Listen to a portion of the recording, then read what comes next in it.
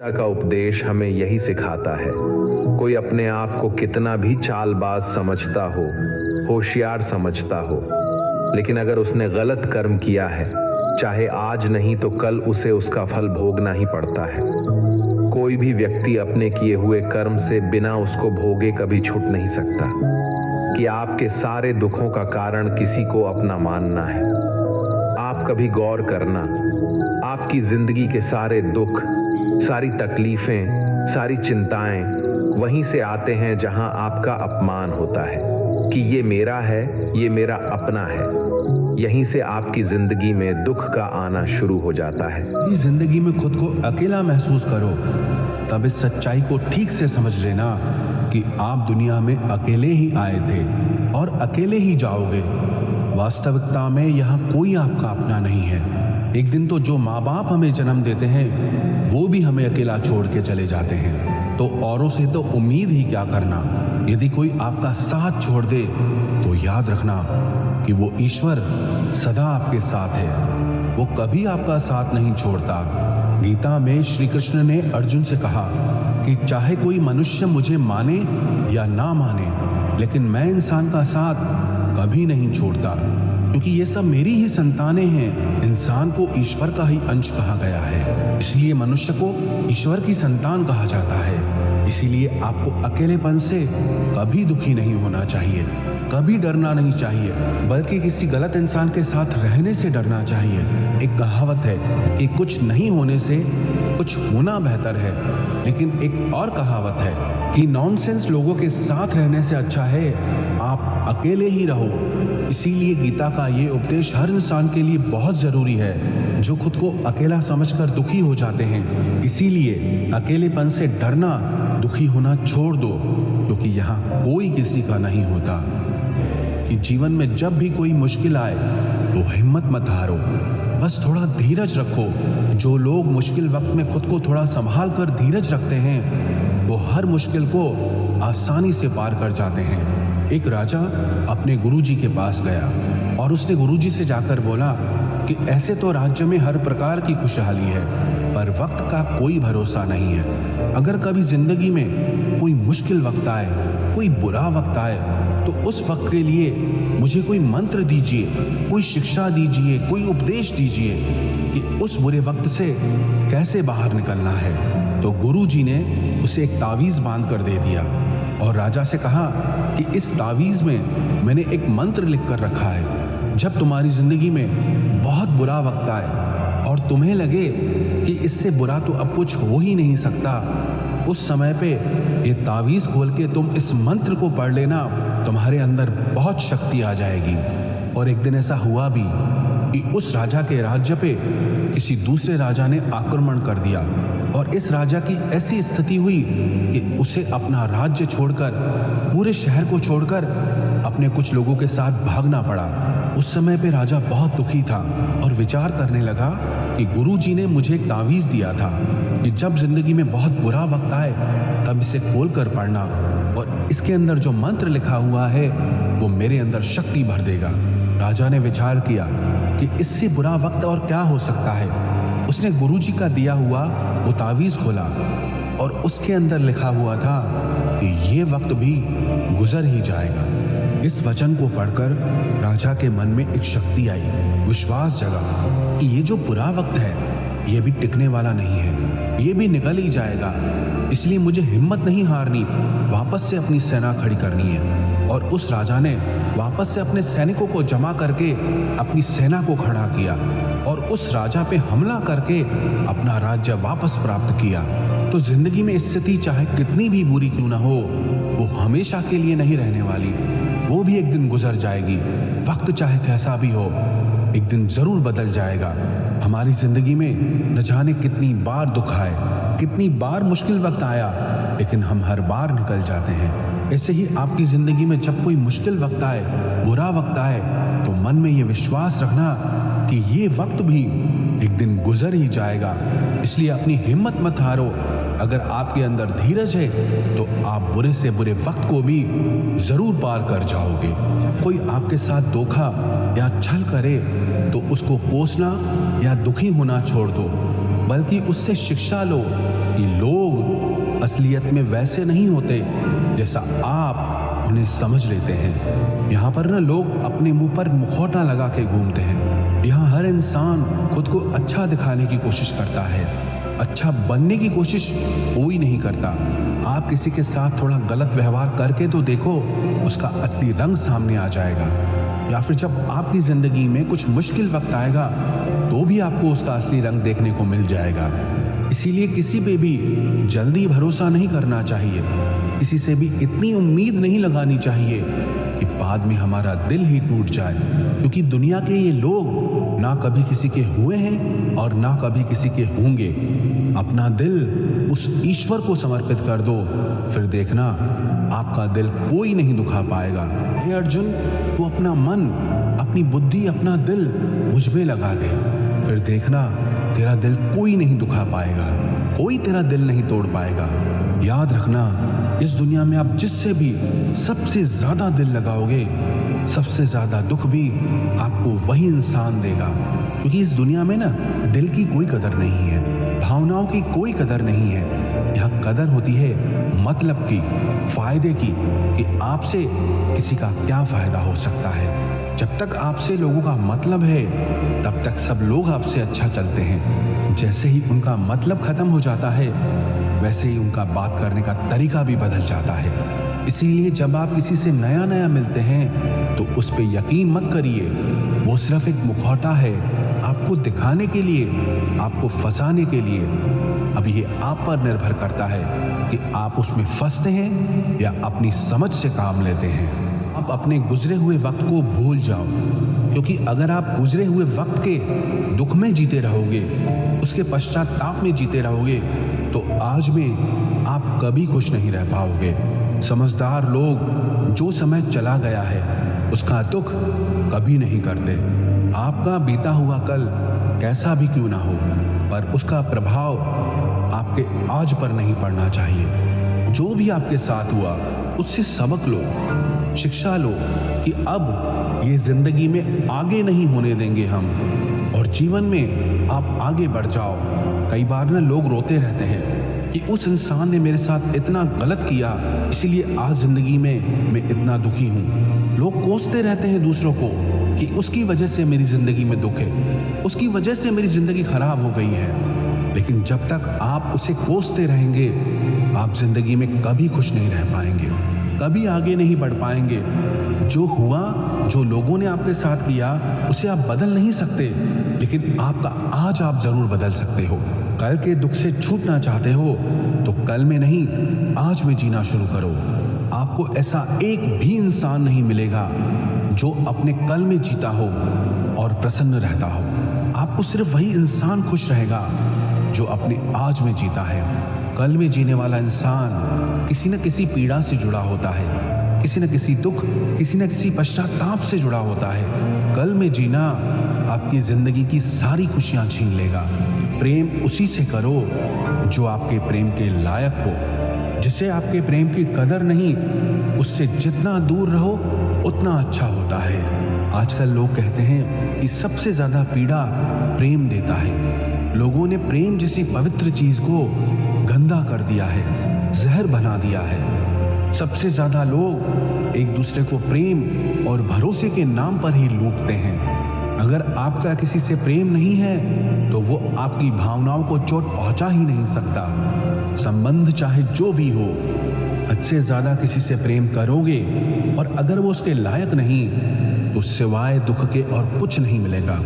वास्तविकता में प्रेम पीड़ा नहीं देता, बल्कि ऐसे इंसान से प्रेम करना पीड़ा देता है जिसे आपके प्रेम की कदर नहीं है। तो प्रेम सिर्फ उसी इंसान से करो जिसे आपके प्रेम की कदर नहीं है। जहां आपको ये एहसास हो जाए कि आपके प्रेम की, आपके भावनाओं की किसी को कदर तक नहीं है, वहां से आप कृपया करके खुद को दूर ही रखें। कि हमारे रिश्तेदार ही हमसे सबसे ज्यादा जलते हैं। हमारी सफलता से सबसे ज्यादा दिक्कत हमारे रिश्तेदारों को ही होती है।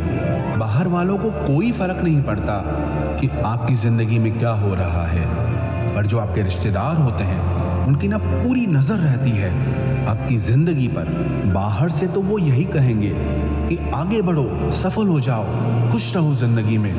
पर जब उन्हें आप अपनी सफलता के बारे में बताएंगे, अपनी किसी कामयाबी की खबर उनको सुनाएंगे, तो उसे सुनकर उन्हें बिल्कुल भी खुशी नहीं होती। कई बार सारी दुनिया आपको पसंद करती है, आपके काम की तारीफ करती है, लेकिन आपकी कदर आपके घर में ही नहीं होती। महाभारत का युद्ध बाहर के लोगों में नहीं हुआ था, ये भाइयों के आपस की लड़ाई थी।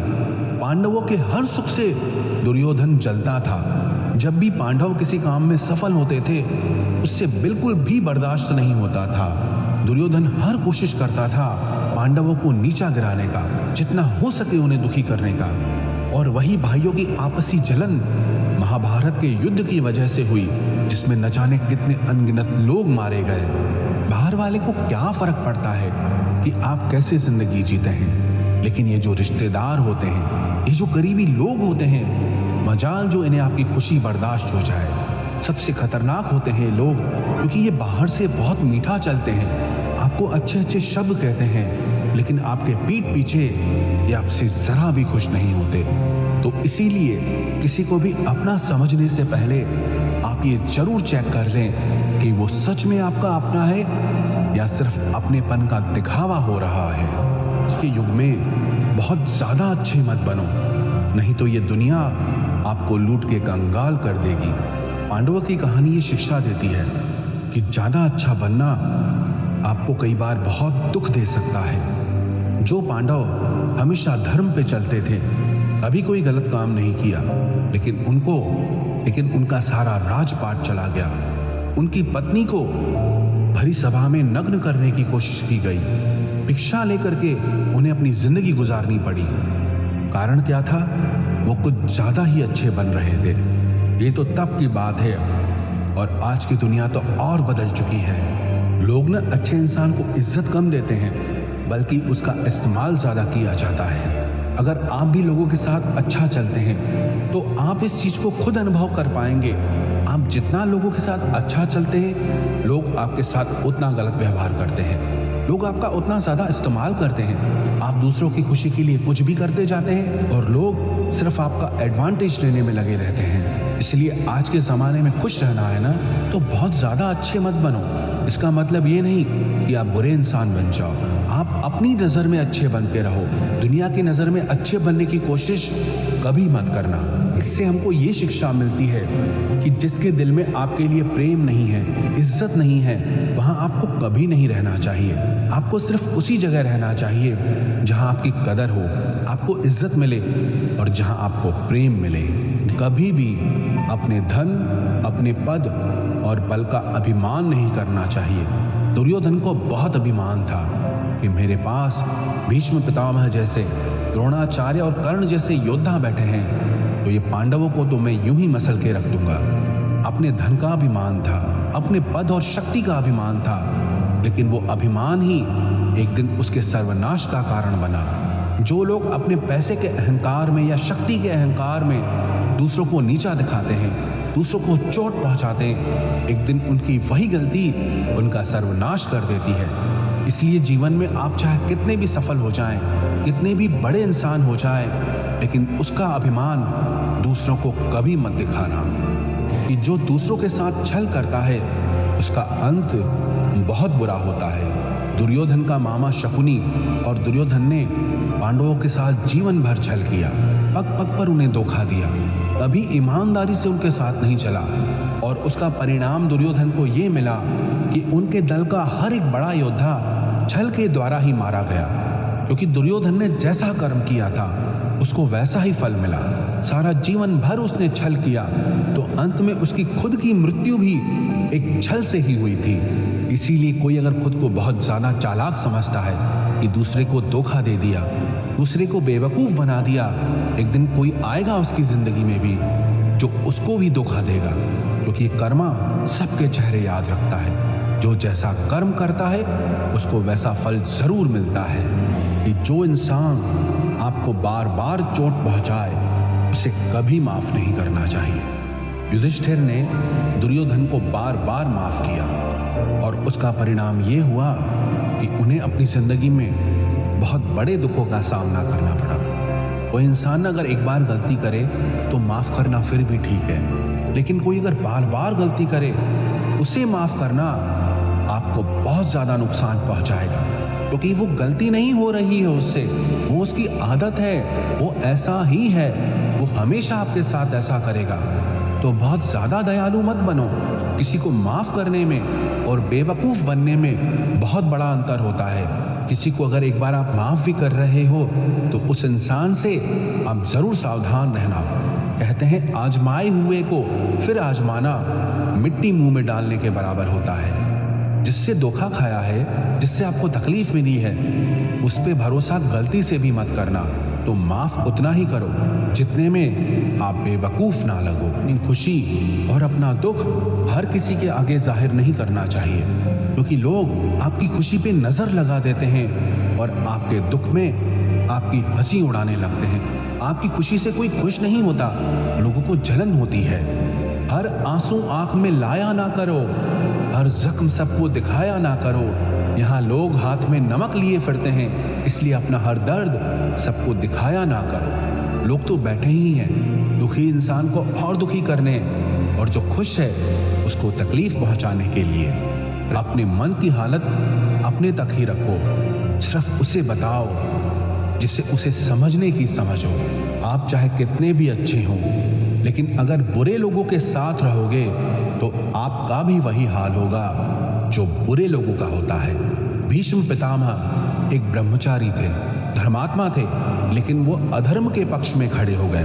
द्रोणाचार्य भी एक ब्राह्मण थे, लेकिन वो अधर्म के पक्ष में खड़े हो गए। तो अंत में उनका वही हाल हुआ जो एक अधर्मी इंसान का होता है। उनको मृत्यु के समय भयानक पीड़ा का सामना करना पड़ा। इसलिए गलत संग में कभी नहीं रहना चाहिए, क्योंकि कई बार आपको उनके संग में रहने की वजह से उनके ही कर्मों की सजा मिलने लगती है। फिर आपको समझ नहीं आता कि मैंने तो कुछ किया भी नहीं, मैं तो खाली इनके साथ रहता हूँ, मुझे दुख क्यों मिला।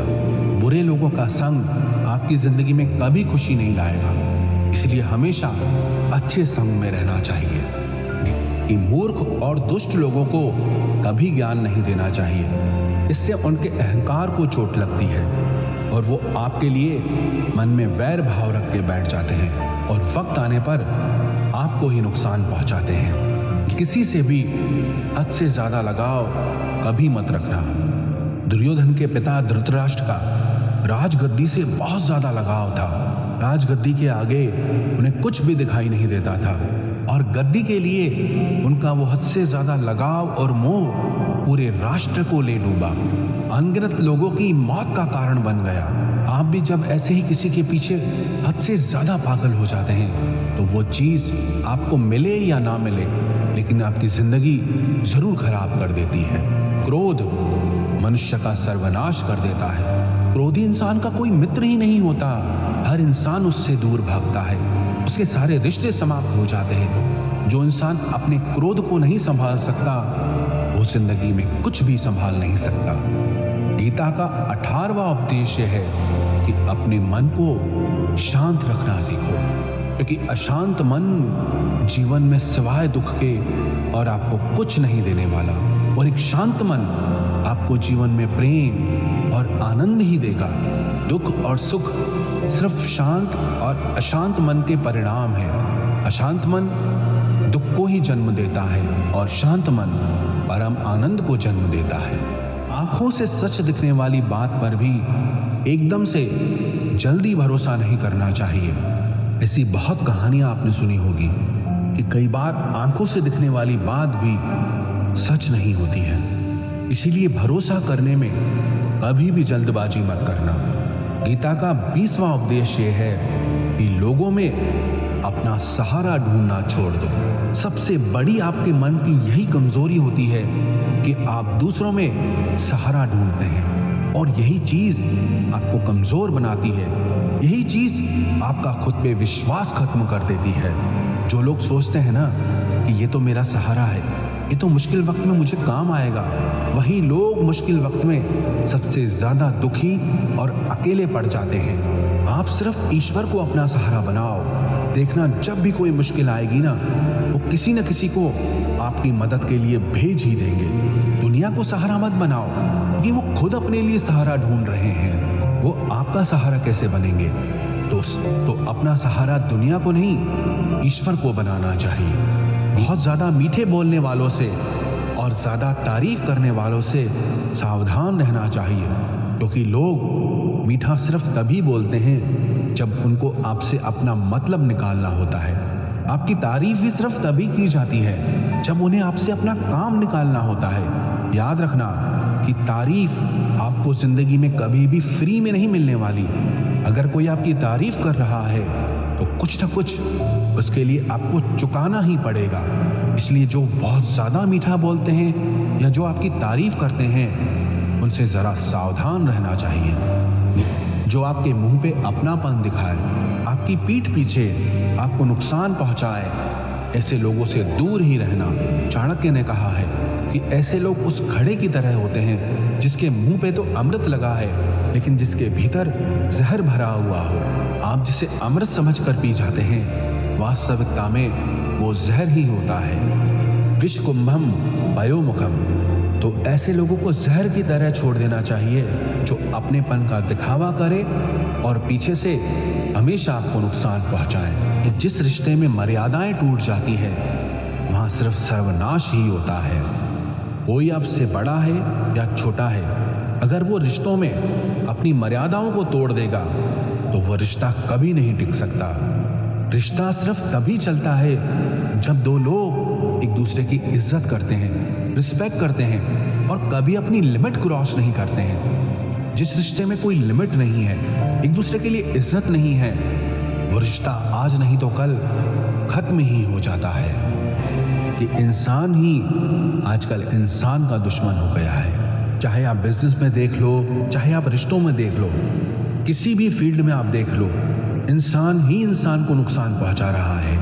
इतना कंपटीशन बढ़ गया है, इतनी चोरियां बढ़ गई है, इतना क्राइम बढ़ गया है। शास्त्रों में जो कलयुग के लक्षण लिखे गए हैं ना, कि एक दिन इंसान ही इंसान को खाएगा, वो समय तो आ गया है। इंसान ही तो इंसान को खा रहा है, एक दूसरे का बिजनेस खा रहा है, एक दूसरे की नौकरियां खा रहा है, एक दूसरे की जिंदगी की खुशियां खा रहा है। इंसान जो दुखी है उसे और दुखी करो, जो खुश है उसे परेशान करो।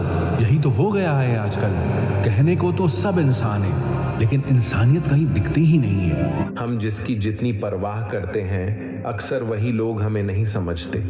जीवन में परेशानियां चाहे कितनी भी हों, चिंता करने से और ज्यादा होती हैं। खामोश होने से बिल्कुल कम और सब्र करने से गायब हो जाती हैं। परमात्मा का शुक्रिया अदा करने से दुख खुशियों में बदल जाते हैं। जिंदगी बहुत छोटी है। जो हमसे अच्छा व्यवहार करते हैं उन्हें धन्यवाद कहो, और जो हमसे अच्छा व्यवहार नहीं करते उन्हें मुस्कुराकर माफ कर दो। पता है लोग हमारी कद्र क्यों नहीं करते? क्योंकि हम उन्हें ही एहसास दिला देते हैं कि हम उनके लिए हैं। इसलिए उनको लगता है कि जब चाहे वह हमारा फायदा उठा सकते हैं। वह जैसे चाहें हर चीज आपसे करवा सकते हैं। रिश्ते उसी से रखो जो इज्जत और सम्मान दे। मतलब की भीड़ बढ़ाने का कोई फायदा नहीं है। सबको मंजिल का शौक है और मुझे सही रास्तों का। ये दुनिया इसीलिए बुरी नहीं कि यहाँ लोग बुरे ज्यादा हैं, बल्कि इसीलिए बुरी है कि यहाँ अच्छे लोग खामोश हैं। किसी घर में एक साथ रहना परिवार नहीं कहलाता, बल्कि एक साथ जीना, एक दूसरे को समझना और एक दूसरे की परवाह करना परिवार कहलाता है।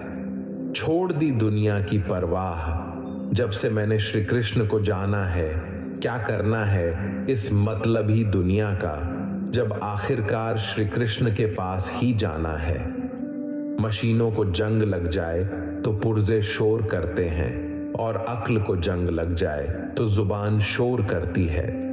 आप किसी को अपनी जिंदगी का सबसे जरूरी हिस्सा मत बनाइए, क्योंकि जब वह इंसान बदलता है तो आप उनसे नफरत नहीं करते, बल्कि अपने आप से नफरत करने लगते हैं। जब हम रिश्तों के लिए वक्त नहीं निकाल पाते तो वक्त हमारे बीच से कब रिश्ते निकाल देता है पता ही नहीं चलता।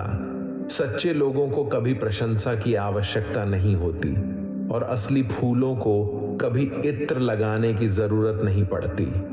जो दिल में शिकवे और जुबान पर शिकायत कम रखते हैं वह हर रिश्ता निभाने का दम रखते हैं।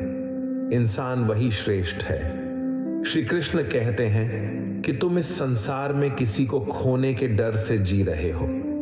जब इस संसार में तुम्हारा कुछ है ही नहीं, चिंता छोड़ो और सो जाओ। परमेश्वर आपकी सभी चिंता और परेशानियों से बहुत बड़ा है। जिंदगी जीनी है तो तकलीफ तो होगी ही, मरने के बाद तो जलने का भी एहसास नहीं होता। अपने वह नहीं होते जो तस्वीर में साथ खड़े होते हैं, अपने वह होते हैं जो तकलीफ में साथ खड़े होते हैं। इंसान अपना बुरा वक्त तो भूल जाता है, लेकिन बुरे वक्त में जिन लोगों ने बुरा रवैया किया था उनको कभी नहीं भूलता। अच्छे विचारों में इतने व्यस्त हो जाओ कि गलत विचार आपको छू भी न पाएं। लोगों के काम आते रहें, क्योंकि कुदरत का एक उसूल है कि जिसके कुएं से लोग पानी पी रहे हैं वह कभी सूखता नहीं है। जिस व्यक्ति ने अपनी आदतें बदल ली हैं उसका कल भी बदल जाएगा, और जिसने नहीं बदली उसके साथ कल भी वही होगा जो आज तक होता आया है। आज मुझे विश्वास हो गया कि तू हमसे सच्चा प्रेम करता है। हमारी भक्ति और पूजा पाठ व्यर्थ नहीं गई। इतने भयंकर तूफान में भी हमारी आधी झोपड़ी तूने बचा ली। अब हम इस झोपड़ी में आराम कर सकते हैं। आज से मेरा विश्वास और ज्यादा बढ़ गया है। इस कथा की सीख यह है कि हमें सकारात्मक सोच के साथ हर परिस्थिति को देखना चाहिए। नकारात्मक विचारों की वजह से मानसिक तनाव बढ़ता है। खुश रहना है तो जिंदगी के फैसले अपनी परिस्थितियों को देख कर लें। दुनिया को देखकर जो फैसले लेते हैं वो दुखी ही रहते हैं। कोई कुछ भी कहे, बस अपने आप को शांत रखो। हमारी जिंदगी में कितनी मुसीबतें आती हैं, हमें पता भी नहीं होता कि हमारा परमात्मा हमें किस तरह परेशानी से बचाता है। अगर तुम्हें लगता है कि परमात्मा तुम्हें कष्ट के पास ले आए हैं तो भरोसा रखिए, वो तुम्हें कष्ट के पार भी ले जाएंगे। मन की पीड़ा का कोई अंत नहीं, इसलिए दूसरों को कोसने से कोई लाभ नहीं है। इसका सबसे सरल उपाय है कि अपने मन को ईश्वर को समर्पित कर दो। ईश्वर के साथ जुड़ते ही जीवन में खुशियों का, सुकून का, संयम का, सहन शक्ति का, प्रेम का, नई ऊर्जा का, जीवन के सही राह का, संतुष्टि का आरंभ जरूर हो जाता है। और हमारा मन पीड़ा से कैसे मुक्त होता है पता भी नहीं चलता। अगर प्रभु तुमसे ज्यादा इंतजार करवा रहे हैं तो तैयार रहना। वो उससे कहीं ज्यादा देने वाले हैं जितना तुमने मांगा है। जो जिंदगी दी है उसने भी तो कुछ सोचा होगा ना। आपका बीता हुआ कल भले ही कष्टों से भरा हुआ हो, पर आने वाला कल आपके हाथों में है। मन अंधा होता है, इसके पास अपना कोई ज्ञान नहीं होता। मन कुछ नहीं जानता और ना ही सही मार्गदर्शन करता है। इसलिए आप अंधे मन की बातें मानकर जरूरी कामों को टालना बंद कीजिए। आप हमेशा अपनी बुद्धि से काम लीजिए, मन से नहीं। जब आप बुद्धि के जरिए जरूरी कामों को करना शुरू कर देंगे तो धीरे धीरे आपका मन आपका मित्र बनता चला जाएगा। लेकिन अभी आपका मन आपका दुश्मन बना हुआ है, जो आपको दिन पे दिन बर्बाद कर रहा है। मन से सोचे, कार्यों को मुंह से बाहर मत निकालो। जिस प्रकार किसी गुप्त मंत्र की रक्षा करते हैं, उसी प्रकार अपने बड़े लक्ष्यों को मन में रखकर उसकी रक्षा करो। गुप्त रहकर उस पूरे काम को करो और तभी बोलो जब काम पूरा हो जाए। क्योंकि अधिकतर लोग अपनी तकलीफ से दुखी नहीं है जितना दूसरों की तरक्की देखकर दुखी है। जब भी कोई बड़ी बात बड़े लक्ष्य की हो, केवल उन बातों को उन लोगों से बांटिए जो उस बातों को अपने भीतर बचाकर रखने का हौसला रखते हो। यदि कभी आर्थिक स्थिति कमजोर हो जाए, यदि कभी बड़ा नुकसान हो जाए, यदि कभी सब कुछ चोरी हो जाए, नष्ट हो जाए, उस बात को अपने अंदर बचाकर रख लेना। तो जब आर्थिक स्थिति कमजोर हो तो ज्यादा मुस्कुराएं और ज्यादा सशक्त दिखाइए, क्योंकि लोग उतना ही समझ पाते हैं जितना आप उनको दिखाते हैं। रोना छोड़िए, औसत जिंदगी को स्वीकार करना छोड़िए। अतीत के बारे में सोचकर दुखी होना छोड़िए। क्या नहीं है इसकी परवाह छोड़िए। कल क्या होगा इसकी चिंता करना छोड़िए। एक बात हमेशा याद रखें, पहले तो किसी मित्र पर विश्वास ना करें। यदि आपके आसपास ऐसे कोई लोग हैं जिनकी जीवन शैली लगातार नकारात्मक कार्यों में लिप्त है, वो कितने भी गरीबी दोस्त क्यों ना हो, आज नहीं तो कल आपको नुकसान जरूर पहुंचाएंगे। आपकी जिंदगी में कुछ नहीं बदलेगा जब तक आप खुद को नहीं बदलोगे। मुंह पर सच बोल देने और गुस्सा कर लेने वाले लोग उन लोगों से करोड़ों गुना बेहतर है जो आपके सामने कुछ और है, पीठ पीछे कुछ और है। किसी का दर्द समझने के लिए इंसान के अंदर का इंसान होना जरूरी है। कामयाब इंसान खुश रहे ना रहे, खुश रहने वाला इंसान कामयाब जरूर हो जाता है। किसी के साथ होना ही सबसे ज्यादा कीमती हो जाए, वह रिश्ता जिंदगी का सबसे बड़ा हासिल होता है। जब सुखी हो तो भगवान को मत भूलना, और जब दुखी हो तो भगवान पर विश्वास रखना। उन्हें छोड़ देना उचित है जो आपके होने का मूल्य नहीं जानते।